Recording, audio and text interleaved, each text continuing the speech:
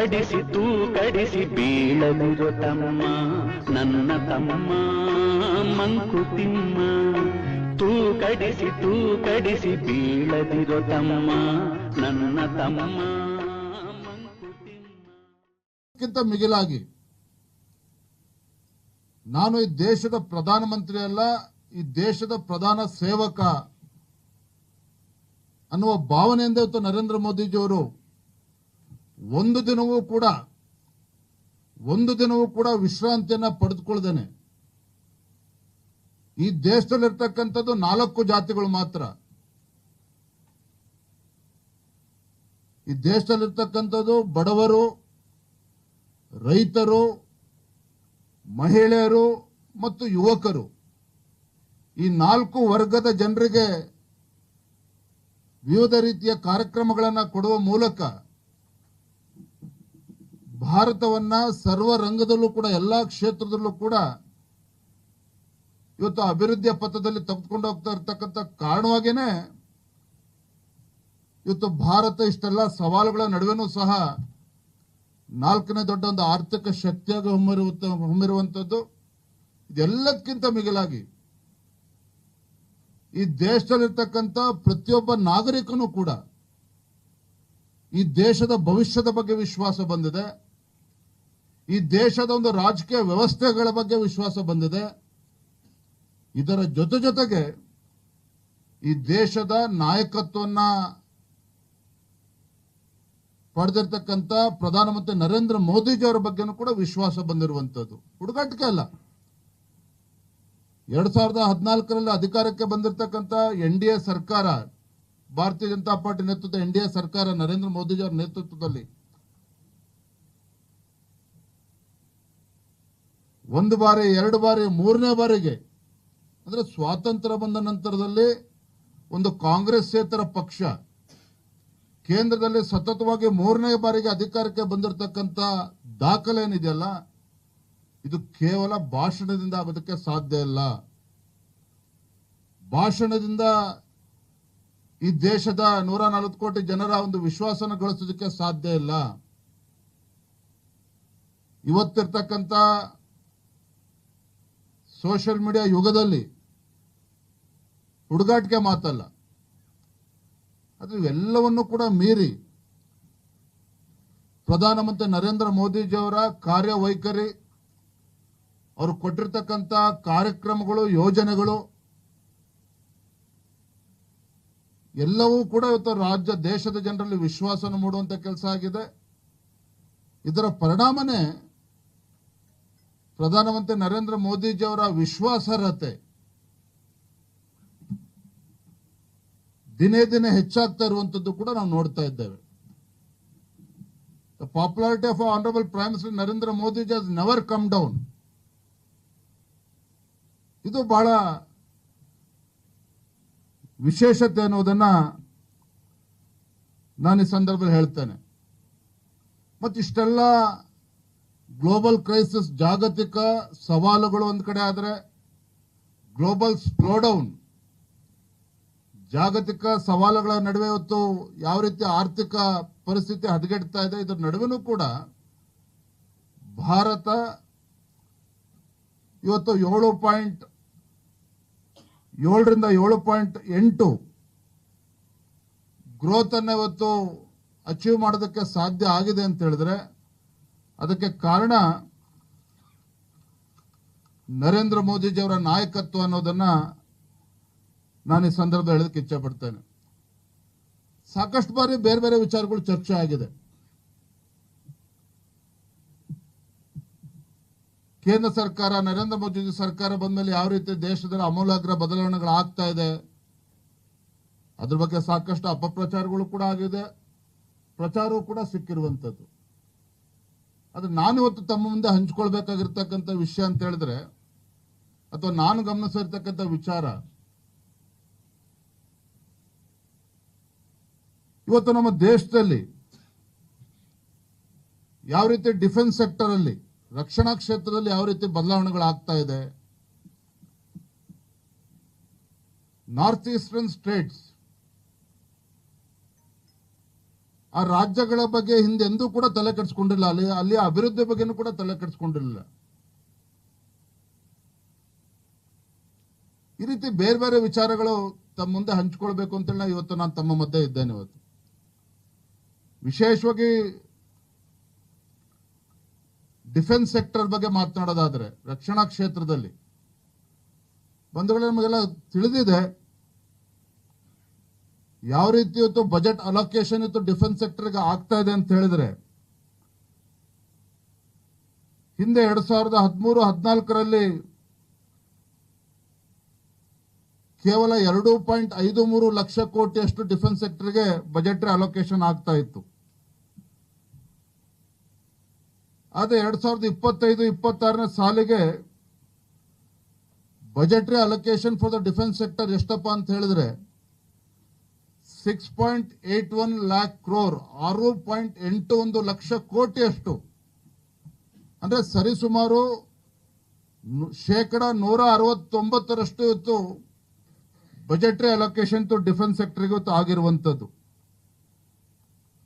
ನಾವು ನೋಡ್ತಾ ಇದ್ದೀವಿ ಸ್ವಾತಂತ್ರ್ಯ ಬಂದಾಗಿನಿಂದ ಹಿಂದಿನ ಯಾವುದೇ ನಮ್ಮ ಸರ್ಕಾರಗಳು ಯಾವಾಗಲೂ ಕೂಡ ಡಿಫೆನ್ಸ್ ಇಂಪೋರ್ಟ್ ಬಗ್ಗೆ ತಲೆ ಕೆಡಿಸ್ಕೊಂಡಿದ್ರೆ ವಿನಃ ಈ ದೇಶದಲ್ಲಿ ಡಿಫೆನ್ಸ್ ಪ್ರೊಡಕ್ಷನ್ ಏನೇನು ಆಗಬೇಕಾಗಿದೆ ಡಿಫೆನ್ಸ್ ಸೆಕ್ಟರ್ಗೆ ಅದ್ರ ಬಗ್ಗೆ ಯಾವತ್ತೂ ಕೂಡ ತಲೆ ಕೆಡಿಸ್ಕೊಂಡಿರಲಿಲ್ಲ. ಆದ್ರೆ ನಮ್ಮ ಪ್ರಧಾನಮಂತ್ರಿ ನರೇಂದ್ರ ಮೋದಿಜಿಯವರ ಅಪೇಕ್ಷೆಯಂತೆ ನಾವು ಡಿಫೆನ್ಸ್ ಸೆಕ್ಟರ್ ಅಲ್ಲಿ ಸೆಲ್ಫ್ ರಿಲಯನ್ಸ್ ಆಗಿರಬೇಕು, ಏನು ಆತ್ಮನಿರ್ಭರ ಭಾರತ್ ಅಂತೇಳಿ ನಾವು ಕರಿತೇವೆ.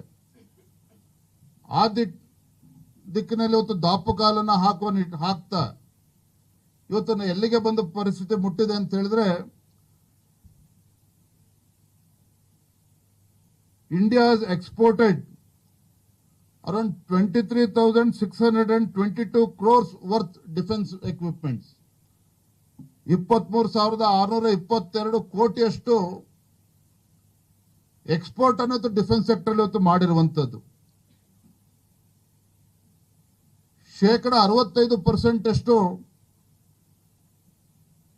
ಡಿಫೆನ್ಸ್ ಎಕ್ವಿಪ್ಮೆಂಟ್ ಇವತ್ತು ನಮ್ಮ ದೇಶದಲ್ಲಿ ಇವತ್ತು ತಯಾರಿಕೆ ಆಗ್ತಾ ಇರುವಂತದ್ದು. ಅಂದ್ರೆ ಅದಕ್ಕೆ ಒತ್ತನ್ನು ಇವತ್ತು ಕೇಂದ್ರ ಸರ್ಕಾರ ಇವತ್ತು ನೀಡಿರುವಂತದ್ದು ಕೂಡ ಇವತ್ತು ನಾನು ಈ ಸಂದರ್ಭ ಉಲ್ಲೇಖ ಮಾಡೋದಕ್ಕೆ ಇಚ್ಛೆ ಪಡ್ತೇನೆ. ನಾರ್ತ್ ಈಸ್ಟರ್ನ್ ಸ್ಟೇಟ್ಸ್ ಬಗ್ಗೆ ನಾವು ವಿಶೇಷ ಉಲ್ಲೇಖ ಮಾಡಿದೆ. ಬಂಧುಗಳೇ, ಇದು ಬಹಳ ಇಲ್ಲ, ಯಾಕೆ ಕರ್ನಾಟಕದಲ್ಲಿ ಕುತ್ಕೊಂಡು ಯಾಕೆ ನಾವು ನಾರ್ತ್ ಈಸ್ಟ್ ಬಗ್ಗೆ ಮಾತನಾಡ್ತಾ ಇದ್ದೇವೆ ಅಂತ ತಮ್ಗೆ ಅನ್ನಿಸ್ಬೋದು. ಆದ್ರೆ ಬಹಳ, ಯಾಕಂದ್ರೆ ಭಾರತ ಅಭಿವೃದ್ಧಿ ಆಗ್ಬೇಕು ಅಂತ ಹೇಳಿದ್ರೆ ಎಲ್ಲ ರಾಜ್ಯಗಳು ಕೂಡ ಇವತ್ತು ಅಭಿವೃದ್ಧಿ ಆಗ್ಬೇಕಾಗ್ತದೆ. ಕರ್ನಾಟಕ ಒಳಗೊಂಡಂತೆ ದೇಶದಲ್ಲಿರ್ತಕ್ಕಂಥ ಎಲ್ಲ ರಾಜ್ಯಗಳು ಅಭಿವೃದ್ಧಿ ಆದಾಗ ಮಾತ್ರ ಭಾರತವು ಕೂಡ ಇವತ್ತು ಒಂದು ಆರ್ಥಿಕ ಶಕ್ತಿಯಾಗಿ ಹೊರಹೊಮ್ಮೋದಕ್ಕೆ ಸಾಧ್ಯ ಆಗ್ತದೆ. ಆದ್ರೆ ಕಳೆದ ಕೆಲವು ವರ್ಷಗಳಲ್ಲಿ, ಹಿಂದೆ UPA ಸರ್ಕಾರ ಇದ್ದಾಗ ಅಥವಾ ಸ್ವಾತಂತ್ರ್ಯ ಬಂದಾಗಿನಿಂದ ನಾರ್ತ್ ಈಸ್ಟರ್ನ್ ಸ್ಟೇಟ್ಸ್ ಬಗ್ಗೆ ಯಾವತ್ತೂ ಕೂಡ ಗಮನ ಕೊಟ್ಟಿರಲಿಲ್ಲ. ಆದ್ರೆ 2014ರ ನಂತರದಲ್ಲಿ ನರೇಂದ್ರ ಮೋದಿಜಿಯವರ ಸರ್ಕಾರ ಬಂದ ಮೇಲೆ ಮಿನಿಸ್ಟ್ರಿ ಆಫ್ ರೈಲ್ವೇಸ್ ಸುಮಾರು 65,000 ಕೋಟಿಯಷ್ಟು ಅಲ್ಲಿ ರೈಲ್ವೆ ಡೆವಲಪ್ಮೆಂಟ್ ವಿಚಾರದಲ್ಲಿ ಇವತ್ತು ಇನ್ವೆಸ್ಟ್ಮೆಂಟ್ ಆಗಿರ್ತಕ್ಕಂಥದ್ದು. 16,207 ಕಿಲೋಮೀಟರ್ ಅಷ್ಟು 16,207 ಕಿಲೋಮೀಟರ್ ಅಷ್ಟು ನ್ಯಾಷನಲ್ ಹೈವೇ ಇವತ್ತು ನಾರ್ತ್ ಈಸ್ಟರ್ನ್ ಸ್ಟೇಟ್ ಇವತ್ತು ಡೆವಲಪ್ ಆಗಿರುವಂತದ್ದು. ಅದೇ ರೀತಿ ಉಡಾನ್ ಸ್ಕೀಮ್ ಅಲ್ಲೂ ಕೂಡ ಅಲ್ಲಿ ಏರ್ಪೋರ್ಟ್ಗಳನ್ನ ನಿರ್ಮಾಣ ಮಾಡುವ ಮೂಲಕ ಉಡಾನ್ ಸ್ಕೀಮ್ ಕೂಡ ಅಲ್ಲಿ ತಂದಿರುವಂತದ್ದು. ಇದರ ಪರಿಣಾಮ ಏನು ಅಂತ ಹೇಳಿದ್ರೆ, ಆ ಭಾಗದ ಜನರು ಕೂಡ ಈಗ ನಾವು ಕೂಡ ಭಾರತೀಯರು ಅನ್ನೋ ಭಾವನೆ ಇವತ್ತು ಬರ್ತಾ ಇದೆ. ಇಲ್ಲ ಅಂತ ಹೇಳಿದ್ರೆ ಕಳೆದ ಕೆಲವು ವರ್ಷದ ನಿರ್ಲಕ್ಷ್ಯದಿಂದ, ಹಿಂದಿನ ಕೇಂದ್ರ ಸರ್ಕಾರದ ನಿರ್ಲಕ್ಷ್ಯ ಧೋರಣೆಯಿಂದ ಅಲ್ಲಿರ್ತಕ್ಕಂಥ ಜನರಿಗೆ ನಾವು ಭಾರತದ ಅವಿಭಾಜ್ಯ ಅಂಗ ಅಂತ ಅನ್ನೋ ಭಾವನೆನೂ ಕೂಡ ಇರಲಿಲ್ಲ. ಆದ್ರೆ ಇವತ್ತು ವಾಸ್ತವಿಕ ಸತ್ಯ ಏನಪ್ಪ ಅಂತ ಹೇಳಿದ್ರೆ, ಅಲ್ಲಿಯ ಜನರು ಕೂಡ ಇವತ್ತು ಆ ಭಾಗದಲ್ಲೂ ಕೂಡ ಅಭಿವೃದ್ಧಿ ಆಗ್ತಾ ಇರ್ತಕ್ಕಂಥ ಪರಿಣಾಮವಾಗಿ ಇವತ್ತು ಕೇಂದ್ರ ಸರ್ಕಾರದ ಬಗ್ಗೆ ಶ್ಲಾಘನೆ ಮಾಡ್ತಾ ಇರ್ತಕ್ಕಂಥದ್ದು ಕೂಡ ನಾವು ನೋಡ್ತಾ ಇದ್ದೇವೆ. ಮತ್ತೊಂದು ಬಹಳ ಪ್ರಮುಖವಾಗಿರ್ತಕ್ಕಂಥ ವಿಚಾರ ಅಂತ ಹೇಳಿದ್ರೆ ನಕ್ಸಲಿಸಂ. ಯಾವ ರೀತಿ ನಕ್ಸಲಿಸಂ ಹಾವಳಿಯಿಂದ ಇಡೀ ದೇಶದ ಸೆಕ್ಯೂರಿಟಿ ಬಗ್ಗೆ ಯಾವ ರೀತಿ ಒಂದು ತೊಂದರೆ ಉಂಟಾಗಿತ್ತು ಅನ್ನೋದು ಕೂಡ ನಾವು ನೋಡಿದ್ದೇವೆ. ದೇಶದ ಅನೇಕ ರಾಜ್ಯಗಳಲ್ಲಿ, ತೆಲಂಗಾಣ ಇರ್ಬೋದು, ಕರ್ನಾಟಕ ಇರ್ಬೋದು, ಛತ್ತೀಸ್ಗಢ ಇರ್ಬೋದು, ಬೇರೆ ಬೇರೆ ರಾಜ್ಯಗಳಲ್ಲಿ ಬಿಕಾಸ್ ಆಫ್ ದ ನಕ್ಸಲಿಸಂ ಆ ರಾಜ್ಯಗಳಲ್ಲಿ ಅಭಿವೃದ್ಧಿ ಮಾಡೋದಕ್ಕೂ ಕೂಡ ಸಾಧ್ಯ ಆಗ್ತಾ ಇರಲಿಲ್ಲ. ಮತ್ತೆ ದೇಶದ ಅಭಿವೃದ್ಧಿಗೂ ಕೂಡ ಅದು ಮಾರಕ ಆಗಿತ್ತು. And it was become A security threat also. ಆದ 2014ರಿಂದ ಈಚೆಗೆ ನರೇಂದ್ರ ಮೋದಿಜಿಯವರ ಒಂದು ದಿಟ್ಟ ನಾಯಕತ್ವ, ಉಕ್ಕಿನ ಮನುಷ್ಯ ಎಂದೇ ಖ್ಯಾತಿಯಾಗಿರುವಂತಹ ದೇಶದ ಗೃಹ ಸಚಿವರು ಅಮಿತ್ ಶಾ ಜಿಯವರು ಅವರ ಒಂದು ದಿಟ್ಟತನದಿಂದ ಯಾವ ರೀತಿ ಇವತ್ತು ಸುಧಾರಣೆ ಆಗಿದೆ ಅಂತ ಹೇಳಿದ್ರೆ, before 2014 Naxalism affected districts in the country ಎಷ್ಟಿತ್ತಪ್ಪ ಅಂತ ಹೇಳಿದ್ರೆ 126 ಡಿಸ್ಟ್ರಿಕ್ಟ್ ಜಿಲ್ಲೆಗಳಿತ್ತು. 126 ಜಿಲ್ಲೆಗಳು ಈ ದೇಶದಲ್ಲಿ ನಕ್ಸಲಿಸಂ ಅಫೆಕ್ಟೆಡ್ ಏರಿಯಾಸ್ ಇತ್ತು. ಆದ್ರೆ ಇವತ್ತು ಸಾಕಷ್ಟು ಸುಧಾರಣೆಗಳ ಪರಿಣಾಮವಾಗಿ 2026ನೇ ಇಸ್ವಿಗೆ ಕೇವಲ ಈ ದೇಶದಲ್ಲಿರ್ತಕ್ಕಂಥ 10 ಜಿಲ್ಲೆಗಳಿಗೆ ಮಾತ್ರ ನಕ್ಸಲಿಸಂ ಇತ್ತು ಸೀಮಿತ ಆಗಿದೆ. ಇದಕ್ಕೆ ಕಾರಣ ಏನು ಅಂತ ಕೇಳಿದ್ರೆ, ಕೇಂದ್ರ ಸರ್ಕಾರ ತೆಗೆದುಕೊಂಡಿರ್ತಕ್ಕಂಥ ಸುಧಾರಣಾ ಕ್ರಮಗಳು. ಒಂದು ಕಡೆ ಯಾರು ನಕ್ಸಲಿಸಂಗೆ ಫಂಡಿಂಗ್ ಮಾಡ್ತಾ ಇದ್ರು ಅದನ್ನ ಬಿಗಿ ಮಾಡುವಂತ ಕೆಲಸವೂ ಕೂಡ ಕೇಂದ್ರ ಸರ್ಕಾರ ಮಾಡಿರುವಂತದ್ದು. ಮತ್ತೆ ಅಲ್ಲೂ ಕೂಡ 46 ITIಗಳನ್ನ ನಿರ್ಮಾಣ ಮಾಡಿದ್ರು ನಕ್ಸಲಿಸಂ ಏರಿಯಾದಲ್ಲಿ. ಸ್ಕಿಲ್ ಡೆವಲಪ್ಮೆಂಟ್ ಸೆಂಟರ್ಸ್ಗಳನ್ನ ಆ ಭಾಗದಲ್ಲಿ ತೆರೆದಿರ್ತಕ್ಕಂಥದ್ದು. ಲಕ್ಷಾಂತರ ಯುವಕರಿಗೆ ಸ್ಕಿಲ್ ಡೆವಲಪ್ಮೆಂಟಿನ ಮುಖೇನ ಅವರೂ ಕೂಡ ದೇಶದ ಅಭಿವೃದ್ಧಿಯ ಮುಂಚೂಣಿನಲ್ಲಿ ಅವರನ್ನು ತಂದು ಅವರು ಕೂಡ ಜಾಬ್ಗಳನ್ನ ಕೊಟ್ಟು ಅವರನ್ನು ಕೂಡ ಮುಂಚೂಣಿ ತಂದಿರತಕ್ಕಂಥ ಪರಿಣಾಮವಾಗಿ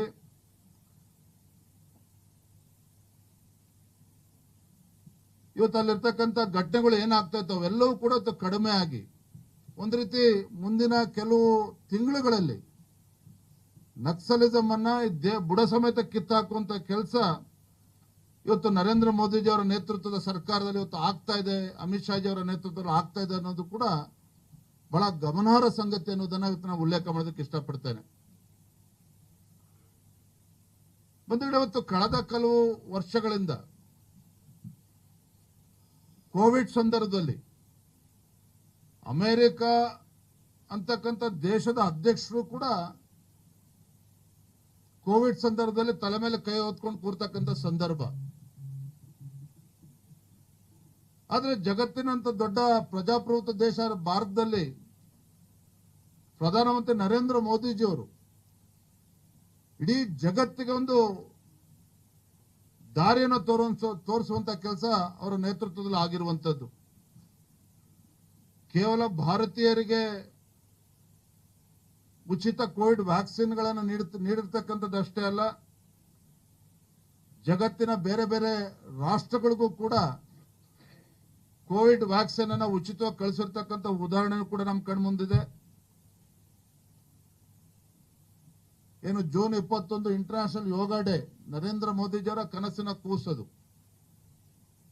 ಯೋಗವನ್ನ ಇಡೀ ಜಗತ್ತಿಗೆ ಪರಿಚಯಿಸುವಂತ ಕೆಲಸವೂ ಕೂಡ ನರೇಂದ್ರ ಮೋದಿಜಿಯವರ ನೇತೃತ್ವದಲ್ಲಿ ಆಗಿರುವಂತದ್ದು. ಮತ್ತೆ ನರೇಂದ್ರ ಮೋದಿಜಿಯವರ ನಾಯಕತ್ವ ನಾವು ವಿಶ್ವನಾಯಕ ಅಂತ ಹೇಳಿ ಕರಿತಾ ಇರ್ತೇವೆ. ಜಗತ್ತಿನ 25ಕ್ಕೂ ಹೆಚ್ಚು ರಾಷ್ಟ್ರಗಳು ಹೈಯೆಸ್ಟ್ ಆನರ್ಸ್ ಅನ್ನ ಅಂದ್ರೆ ಹೈಯೆಸ್ಟ್ ಸಿವಿಲಿಯನ್ ಅವಾರ್ಡ್ಸ್ ಅನ್ನ ಇವತ್ತು ಪ್ರಧಾನಮಂತ್ರಿ ನರೇಂದ್ರ ಮೋದಿಜಿ ಅವರಿಗೆ ನೀಡಿರ್ತಕ್ಕಂಥದ್ದನ್ನು ಕೂಡ ನೋಡ್ತಾ ಇದ್ದೇವೆ. ಕಾಶ್ಮೀರದ ಬಗ್ಗೆ ಉಲ್ಲೇಖ ಮಾಡೋದಾದ್ರೆ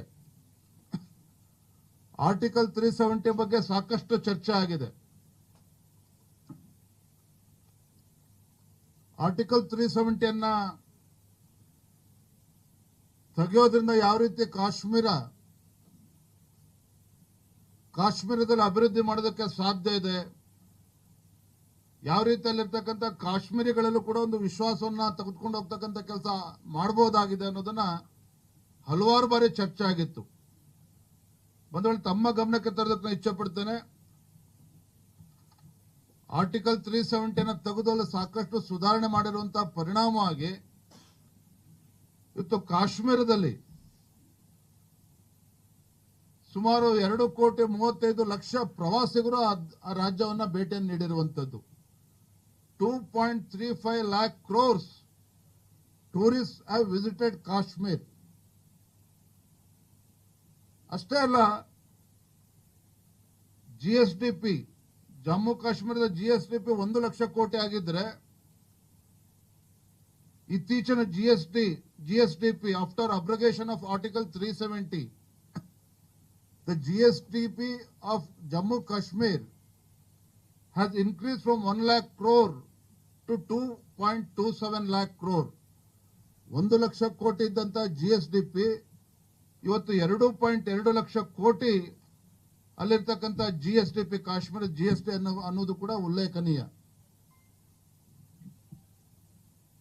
ನಾನು ಹೇಳಿದ ಆಗ್ಲೇನೆ, UPA ಸರ್ಕಾರ ಇದ್ದಾಗ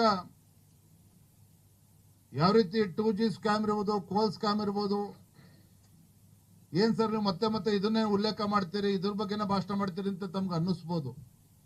ಆದ್ರೆ ವಾಸ್ತವಿಕ ಸತ್ಯವನ್ನು ಕೂಡ ಜನರ ಮುಂದೆ ಬಿಚ್ಚಿಡ್ತಕ್ಕಂಥ ಕೆಲಸವೂ ಕೂಡ ಆಗ್ಬೇಕಾಗಿದೆ. 2014 ಮುಂಚಿತವಾಗಿ 10 ವರ್ಷದಲ್ಲಿ 12 ಲಕ್ಷ ಕೋಟಿ ಹಗರಣ ದೇಶದಲ್ಲಿ ನಡೆದಿದ್ದೇ ಆದ್ರೆ, ಮತ್ತೊಂದು ಕಡೆ ನರೇಂದ್ರ ಮೋದಿಜಿ ನೇತೃತ್ವದ NDA ಸರ್ಕಾರ ಬಂದ ನಂತರದಲ್ಲಿ 2014ರಿಂದ 2025ರವರೆಗೆ 12 ಲಕ್ಷ ಕೋಟಿಗೂ ಹೆಚ್ಚು ಹಣವನ್ನ ಈ ದೇಶದ ಮೂಲಭೂತ ಸೌಕರ್ಯಕ್ಕೆ ನೀಡಿರುವಂತದ್ದು ಕೂಡ ನಾವು ಗಮನಿಸಬೇಕಾಗಿರ್ತಕ್ಕಂಥ ವಿಚಾರ. ಸುಮಾರು ನ್ಯಾಷನಲ್ ಹೈವೇಸ್. ಹೆಚ್ಚಿನ ವಿಡಿಯೋಗಳಿಗೆ ಪ್ರತಿಧ್ವನಿ ಯೂಟ್ಯೂಬ್ ಚಾನೆಲ್ ಸಬ್ಸ್ಕ್ರೈಬ್ ಮಾಡಿ, ಬೆಲ್ ಐಕಾನ್ ಕ್ಲಿಕ್ ಮಾಡಿ.